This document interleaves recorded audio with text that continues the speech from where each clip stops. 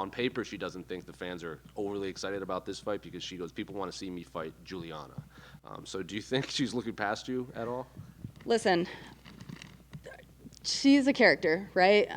All the things that she's saying is like really entertaining me. What you just said is completely contradicting to what I've heard that she's saying. At the end of the day, like, I feel like she's talking all the crap. She's trying to say all the things. Sure, maybe the fans want to see her fight Juliana because they both yap a lot. They talk. And so everybody wants to see that. They love the entertainment portion. That's just not who I am. And, you know, I think about the kids and the younger generations and who look up to me. And it's not about talking crap to each other and doing everything. At the end of the day, a fight's a fight. Our fists are going to do the talking. So I don't feel the need to waste the extra energy. And, you know, I mean, I don't know who she thinks she is right now. Like, I've been in this sport for a very long time. I've been in the top 10 majority of my career in the UFC. And, you know, for her to sit here, like, they were trying to find another opponent because Juliana's injured. It was supposed to be me and Juliana. So for her to think that it's supposed to be her and Juliana, like, I love the world she's living in her own mind, but she's a little confused. Well, that kind of goes off of my next question. Were you surprised that it was her, and do you think she was the worthy opponent when Juliana wasn't healthy to fight? Yeah, definitely, to say the least. It's just been an interesting journey for me. You know what? I'm gonna give her credit, right? She's here. She's gonna bring a challenge to the table for sure. And I'm not looking past her at all. Like, I think there's a level of respect that you give each and every opponent. That's important. But it's just been interesting how all that played out. When me and Aldana got scheduled, they told me when I originally fought Ketlin, it was for a #1 contender fight. Then all of a sudden that fight passed, and they're like, oh, well, here's the deal. Like, Juliana and Amanda are going to fight again. And so you and Aldana are going to fight again. And it's like, okay, you guys are completely saying totally different to me. And it was frustrating. And then Juliana gets injured, and like I'm like, okay, I'm supposed to be next. And then they're like, well, we're going to, you know, pull Aldana up. It makes sense. We want Mexico to take the chance of having another champion, blah, blah, blah. Okay, I hear all the entertainment behind it and everything else, but as an athlete, super frustrating. And then they call me, and they're like, well, would you still want to fight in the main event in May? And it's like, what makes sense? I'm supposed to be fighting a #1 contender fight. Tell me who makes sense. And they're like, Mayra Bueno Silva. And at this time, I think she was still like 13. And it was like, you guys want to take me from a #1 contender fight to fighting the number 13 girl in the world. Like, how does that make any sense? And usually I'm down for every single fight, and they know that. But I was like, I'm at a point in my life, like, I'm 35, like, I'm on a mission. And so to me, it didn't make any sense. And then I wake up to headlines the next day, and it's like, clash of the top 10, Mayra Bueno Silva versus Holly Holm. So you guys bumped her for promoting, or what the hell happened there? And then, of course, she beats Holly Holm, so then she gets bumped. Like, the rankings are interesting, but you know what? She's here now, and so it is what it is. You're coming into this fight off a bit of a layoff. Is there anything in particular you've worked on in the gym that maybe you're looking to show on Saturday, or anything that you've worked on that you're excited to kind of put out there? Yeah, I've talked a lot about the toolbox that I have. You know, I got categorized as a striker and as a brawler. You know, I'm a well-rounded mixed martial artist. And so my biggest thing this fight camp, you know, we've done the work. We've done everything that we've needed to. We prepared in all the ways. But my biggest thing as a person and as an athlete was to slow down and actually open up that toolbox. I have not had the opportunity, or like, you know, I go back to the drawing board every time and I reset, or I look at things in my fights and I'm like, oh, I should have done this or whatever. Like, there's always more expectation from myself, and I get frustrated. And so my biggest thing this camp was just completely like having fun and opening that toolbox. And, you know, it's super exciting because not only am I recharged as an individual and like just being a brand new mom and a different motivation, but like I found a different side of me in the gym, and I can feel it in my entire being. Like, I'm just so excited to showcase that to the world. What do you think of the fact that a lot of her wins are by submission? I think 70% of her victories are by submission. The last submission loss for you, I think, was in Invicta in 2012, if I'm not mistaken. Do you look at that stuff as far as the style matchup and just knowing, like, you're pretty durable and tough to take out? Even Nunes, it was a 5th-round stoppage on you, right? Like I said, I'm a well-rounded mixed martial artist. I'm not just this brawler. Like, okay, cool, I have a granite chin. Like, I can take some punches, I can throw some punches, but there's so much more to me. I'm not just in the gym just constantly striking. Like, I have my own submission wins. You know what I mean?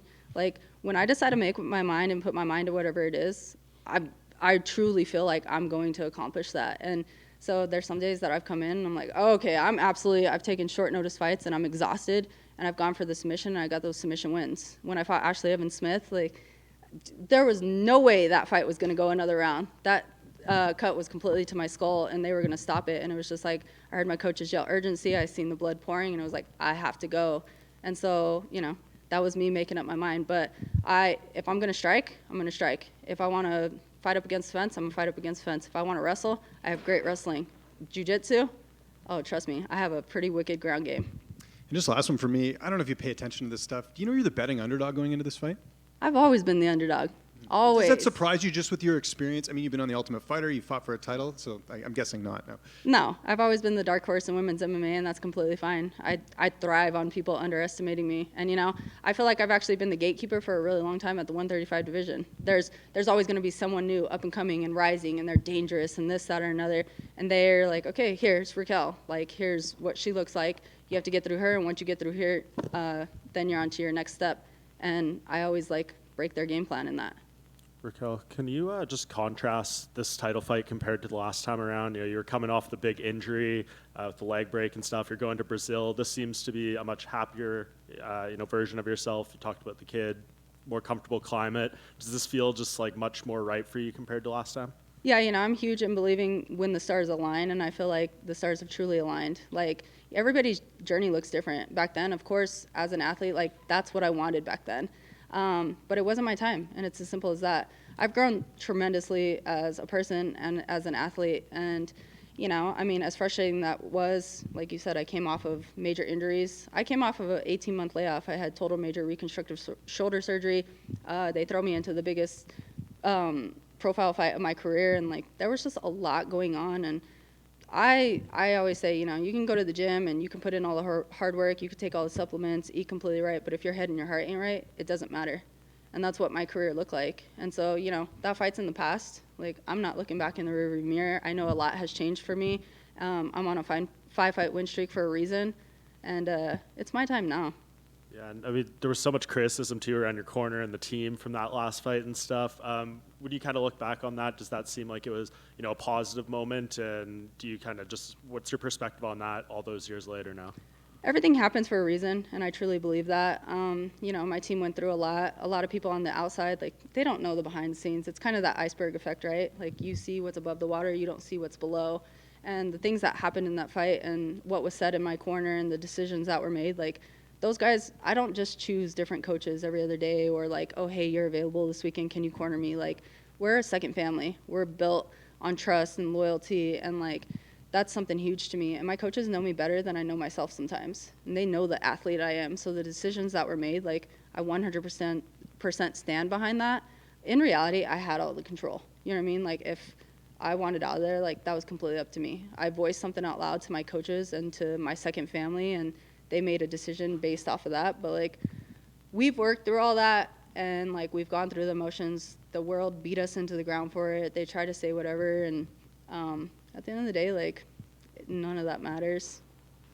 And just last one for me. This is just the second women's bantamweight title fight ever that hasn't featured Amanda Nunes or Ronda Rousey. The other one was Misha and Holly. And you've been here through all of that. What does it kind of say that, Amanda, Ronda are long gone at this point, and here you are fighting for a belt again? Yeah, I've been asked so many different questions, and of course Amanda's forever going to have her credit. Ronda's forever going to have her credit. They've done some wonderful things, and props to them. But at the end of the day, Amanda made her choice, and she retired, and the chapter's closed. It's up for grabs again, and there's so much worthy talent in this division and whatnot, and my time is now. But the same way that everybody felt a void when Ronda left, and then Amanda came in and replaced that, now everybody feels a void when Amanda's gone, and now I get to come in and replace that, and everybody's journey is going to look different. Everybody's success is going to look completely different. Raquel, right here to your right. Just kind of building off that a little, I know you said it's in the rear view, but is there any part of you that wishes this second title opportunity could have come against Amanda so that you could have, taken what you've built over the years since that and kind of gotten that one back? 100%. 100%. But, everything happens for a reason, and so who knows? Maybe Amanda, isn't fully done. Ronda said she was done, and then Ronda came back and tried to give it another shot. You never know what's going to happen, but at the end of the day, we're here now. My opponent is Bueno Silva, and that's what I'm looking forward to, and, just being me and going out there and accomplishing my ultimate goal. Is it more difficult to follow in the footsteps of a dominant champion like this? Like, do you feel like you're going to have to really go out and get a few title defenses and really put your stamp on the division? You know what? I feel like I just need to simply be me. Like I said, everybody's journey is completely different. Nobody's going to look the same. You know, everybody has their own successes in their absolute own way. And for me, like, this is just 14 years of hard work, sweat, tears, the blood, sweat, tears, dedication, like everything, the climbing up, the falling down, like it's all just coming together. And like that belt is just a resemblance of that. But for me, like I've honestly already won in life. Like I am truly blessed. I'm thankful to be here. Like I live a really cool life. I have an amazing opportunity to do this. And at the end of the day, like it's just me continuing to build my legacy and have something to pass on to my daughter. Thank you. Raquel, love the hat. Thanks. Is that a custom dealie or is that Yeah. a official merch? Do you want to plug that or? Yeah, I made these, I think it was last Pride Month. I had these for sale, but these are my Team Rocky swag, so they were a limited edition. My flight got all jacked up yesterday, and I absolutely lost my luggage, so kind of just hanging out. I'm like, all right, we got to cover the hair and do all the things. It's a good look. Thanks. Regarding the hat, then, what are your thoughts on being the co-main event to a headliner featuring Sean Strickland, a guy who's made some controversial, I'd say, offensive comments about the gay and lesbian community? I mean, do you have any feeling about that? You know what? Everybody's always going to have an opinion, right? What do they say? Opinions are like buttholes. Everyone has one. So he has one, and that's his opinion. At the end of the day, like, it doesn't affect my life, and it's never going to affect my life. And in reality, like, I'm not even paying attention to the outside noise. It's all outside noise. It doesn't matter to me. I feel like the world is the way it is because people make their comments and do all the stupid stuff.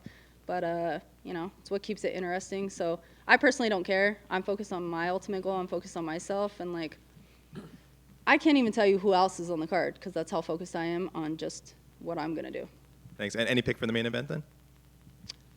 Yeah, not Sean Strickland. I'm just kidding.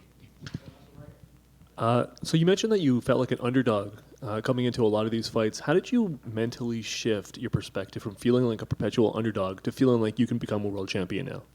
I don't pay attention to that, you know? I mean, I feel like if you don't have haters, you're not doing something right. And people have always, like, doubted me, and that's completely fine. It's just more motivation. Like, it gives me a good laugh at the end of the day. They doubt me. They tell me how I should quit, how I suck, how I'm boring. Like, I don't even know the things that I've caught. And then every time I get my hand raised, I'm like, oh, eat that. Like, it doesn't matter. Because at the end of the day, I mean, that's just the people's opinions. It's statistics. It's what people want to see. I mean, I've been an athlete my whole life. I'm a freaking sports fan. It's the same thing if you have a team and you're just like, oh, we really want this team to win. You know what I mean? And that's what it comes down to. But it doesn't define me as an athlete. It doesn't define me as a person. Just as you mentioned, so much of this being a mental game and looking at Saturday as trying to just categorize it as just another fight, was that the perspective going into your last championship fight? And tell me a bit about the contrast. Was it kind of be-all, end-all back in 2018? It was. I mean, I honestly cannot tell you where my mental state was back in 2018. It was literally all over the board. I was all over the board. I was coming off a long layoff. I wanted to feel like myself again. I had frustration after frustration, setback after setback. I was developing medical issues. It was one thing after another after another. And as a fighter, it was like, man, I just want to be me. As a person, like, and being a warrior, like, I just wanted to be me. And so it was like, in my mind, I was going to be world champ. Like, in my mind, I was going to be world champion. In my heart, I didn't feel half of anything. I didn't feel it in my entire being because everything was so unaligned. But it was going to happen somehow. And now the big difference is I feel it in every part of me. Like, my mind is right. My heart is right. My freaking spirit is right. My motivation is on a different level. Like, I just feel 100% different.